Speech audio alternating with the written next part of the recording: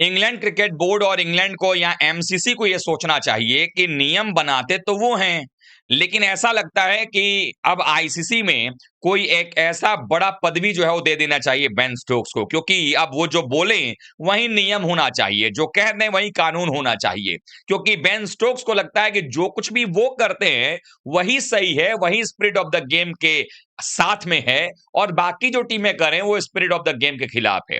और इसी बीच भारत और इंग्लैंड के बीच जब ये टेस्ट मैच ड्रॉ हुआ और भारत के लिए किसी जीत से कम नहीं था, इंग्लैंड के लिए किसी हार से कम नहीं था, तो उसके बाद वो जो कांड हुआ था हैंडशेक वाला, तो जब मैच खत्म हुआ उसके बाद स्टोक्स की गुंडागर्दी और नीच हरकत एक बार फिर से सामने आ गई है।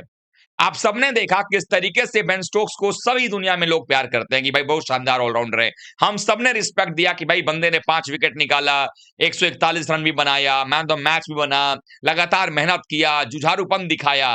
लेकिन इन सबको एक पल में बेन स्टोक्स ने अपने लिए अपमान का पूरा एक बैकग्राउंड खड़ा कर लिया। अब आप सोचिए कैसे, जब आपको पता है, ये बेन स्टोक्स ने कहा कि वो हैंडशेक कर लेना चाहिए था, अब तो कोई बचा नहीं था गेम में, ये स्पिरिट ऑफ द गेम नहीं दिखाता है।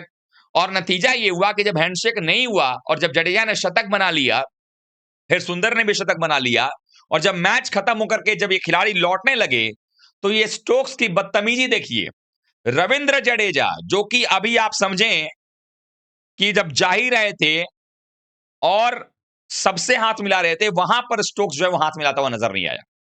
यानी आपको किस बात का घमंड है पता नहीं चल रहा है, आप किस बात को लेकर के इतने नाराज हैं, और आप कह रहे हैं कि स्पिरिट ऑफ द गेम जो है वो नहीं है, इसीलिए ये चीजें हो रही हैं। भाई स्पिरिट ऑफ द गेम आपको हमें सिखाने की आवश्यकता नहीं है। 2019 का वर्ल्ड कप कैसे जीते थे, बल्ले पर बॉल लगकर बाउंड्री चली गई थी और उसको आप लोग मान गए थे कि भाई चलो स्कोर बराबर हो गया, और बाउंड्री काउंट के आधार पर आप लोग वर्ल्ड कप लेके के बैठे हो। 2019 का वर्ल्ड कप, ना उसके पहले का भी वर्ल्ड कप जीत पाए हो, ना उसके बाद का भी वर्ल्ड कप जीत पाओगे। लेकिन ये स्पिरिट ऑफ द गेम जो है सिखा रहे हैं भारतीय टीम को। मैं पूछना चाहता हूं कि क्या भारतीय टीम के 3 विकेट बचे होते और 1.5 घंटे का वक्त बचा हुआ था, क्या बेन स्टोक्स आके हाथ मिला लेते कि भाई आप लोगों ने दिन भर बड़ी मेहनत की है, अब 3 विकेट हम क्या ही लेके करेंगे, छोड़िए चलिए ड्रॉ मान लेते हैं, क्या करते कभी?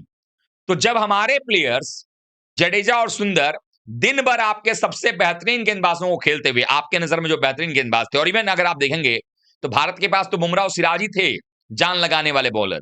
आपके पास तो आप खुद भी थे जान लगाने वाले बॉलर, ब्रैडन कार्स भी पूरी जान से फेंक रहा था, जोफ्रा आर्चर तो गालियां भी दे रहा था बॉल फेंकने के साथ साथ, और उसके अलावा क्रिस वोक्स ने तो पहले ही और 2 झटके दे दिए थे। उसके बावजूद 3 सेशन भारत के लिए इन 2 खिलाड़ियों ने खेला, जुझारूपन दिखाया, जमे रहे, आपके सभी बॉलर्स के बॉल का सामना किया, गालियों का, टॉन्ट का, सबका सामना किया। और इतना करने के बाद भी अगर हमारे खिलाड़ी वहां पर टिके रहे, और वो यही चीज पर जब एक खिलाड़ी हमारा 89 पर खेल रहा है जडेजा, 80 रन पर खेल रहे हैं सुंदर, तो क्या उनको यह हक नहीं था कि जो उन्होंने इतनी मेहनत की दिन भर से, और जब उन्होंने इस मैच को उस मुहाने पर पहुंचा दिया कि अब आप जो है भीगी बिल्ली बनकर के गिड़गिड़ाने लगे भारत के सामने कि आइए नजर आइए नजर आइए नजर, हम हाथ मिला लेते हैं, हाथ मिला लेते हैं, जब आप इतना करने लग गए, तो इससे यह मालूम चल रहा है कि कितना आपके मन में द्वेष है, कितना फ्रस्ट्रेशन है। और आप ये बोल रहे हो कि मैं अपने बॉलर्स को जोखिम में नहीं डालना चाह रहा था, मैं अपने बॉलर को जो है वो नहीं चाह रहा था कि मेरे बॉलर थक जाएं। थका तो हमने वैसे भी 255 ओवर खेल करके कर दिया 2 पारियों में। पहली पारी में 112 ओवर आपसे बॉलिंग करवाई, दूसरी पारी में 143 ओवर बॉलिंग करवाई, और जो आपकी बॉलिंग अटैक है ना बेन स्टोक्स साहब, आपकी शॉर्ट पिच गेंदबाजी की वजह से और हमारे बल्लेबाजों की मूर्खता की वजह से आपको हमने पहली पारी में विकेट दे दिया, और दूसरी पारी में जो विकेट मिल गया वो गलती से आपको विकेट मिल गया केएल राहुल का, जो बॉल अंदर आ गई और नीचे रह गई। नहीं तो आपको सुंदर ने भी छक्का मारकर बता दिया, और एक बार 15 खाकर के आपको एहसास हो गया होगा कि हमारे बल्लेबाज भी आपके खिलाफ खेलने को तैयार बैठे पड़े हैं। और आपको यह लगा कि 311 की बढ़त है, शून्य पर हमने 2 विकेट पहले ही ओवर में निकाल लिया है, अब तो औपचारिकता रह गई थी। आपके लिए तो मैच ये चौथा दिन ही खत्म था। आप तो ये उम्मीद करने लग गए होंगे कि लंच से पहले 2 विकेट 3 ओवर निकाल लिया है, टी ब्रेक तक तो हम इनके 3-4 और निकाल देंगे और आज ही मैच खत्म कर देंगे। आपने तो ऐसा भाव बनाया हुआ था। लेकिन मैच 5वें दिन तक गया, आखिरी सत्र तक गया, और आप रोते बिलखते जो है पहुंच गए जडेजा के पास हाथ मिलाने के लिए। तो ये चीज अब सारी बोलती जो चल रही थी, उस सब बोलती क्यों बंद हो गई आपकी? जडेजा भी ऑलराउंडर है, और इवन जडेजा आपसे सीनियर प्लेयर है, इसकी भी रिस्पेक्ट आपको करनी चाहिए। He is your senior player. Ravindra Jadeja आपसे पहले खेल रहा है। आप जब दुनिया में क्रिकेट नहीं खेल रहे थे ना, Ravindra Jadeja under 19 world cup 2008 में उसी मलेशिया के कुआलालंपुर में जीता था, जिसकी कप्तानी विराट कोहली कर रहे थे। क्या विराट कोहली से भी आकर ऐसी बदतमीजी कर सकते थे आप? और जडेजा ने बिल्कुल सही कहा कि भाई ड्रेसिंग रूम से मुझे कहा गया बैटिंग करो, और क्यों ना बैटिंग करें। वो तो मुझे लगता है कि थोड़ी बहुत दया आ गई भारतीय टीम के प्लेयर्स को। नहीं तो अगर मैं कप्तान या कोच होता, मैं तो कहता कि अभी आखिरी बॉल तक खेलूंगा भैया, पूरे 90 ओवर अच्छा खेल के तब जाऊंगा। रो तो पूरे इंग्लैंड की टीम ने दिया हुआ है। हालात इतने बुरे हो चुके हैं इन लोगों के कि इनको समझ में नहीं आ रहा है करें तो करें क्या। स्टोक्स की गुंडागर्दी आप इसी बात से अंदाजा लगा सकते हैं कि इनको हर चीज में लगता है कि यही परफेक्ट है। बॉल जब भारतीय टीम ड्यूक्स बॉल चेंज करने की बात कर रही थी तो बोला था कि जब विजिटिंग टीम आती है उनको प्रॉब्लम होती है। जब खुद बॉल चेंज करने के पीछे पड़ गया तब क्या हुआ भाई?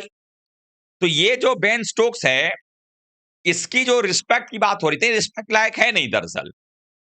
कहते हैं ना, कुत्ते की दुम को आप नली में डाल करके 12 साल रखिए घी लगा के, तो भी वो टेढ़ा का टेढ़ा ही रहेगा। बेन स्टोक्स एक ऐसा प्लेयर है जिसको हर हाल में जीत तो चाहिए, लेकिन हर हाल का मतलब ये कुछ अलग समझ गया है। किसी भी कीमत पर कैसे भी करके एड़ा टेढ़ा कुछ भी करके जो है वो जीत चाहिए।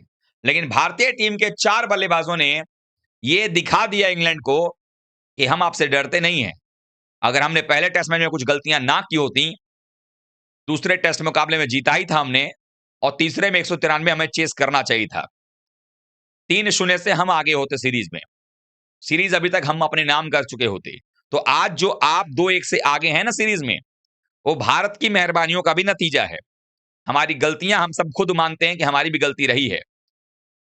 और अब जब आप सीरीज नहीं जीत पाए हो तो आपको भी इस बात का एहसास है कि ओवल के मैदान पर जहां पिच सूखी रहेगी, जहां पर कुलदीप यादव भी आएंगे, भारत अनफिट पंत की जगह फिट ध्रुव जुरेल को भी लेकर के आ जाएगा। भारतीय टीम जो है, अगर बुमराह खेलेंगे तो बहुत अच्छी बात है, नहीं खेलेंगे तो अर्शदीप सिंह आ जाएंगे।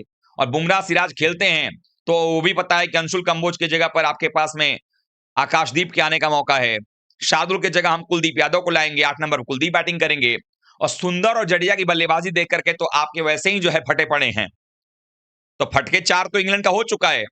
और आप लोग इस बात का विश्वास रखिए दोस्तों, इसमें कहीं कोई दो राय नहीं है। यह भी हो सकता है कि ओवल टेस्ट मैच भारत ना सिर्फ जीतेगा, बल्कि सीरीज को बराबर भी करेगा, और यह टीम इंडिया के लिए किसी विक्ट्री से कम नहीं होगा।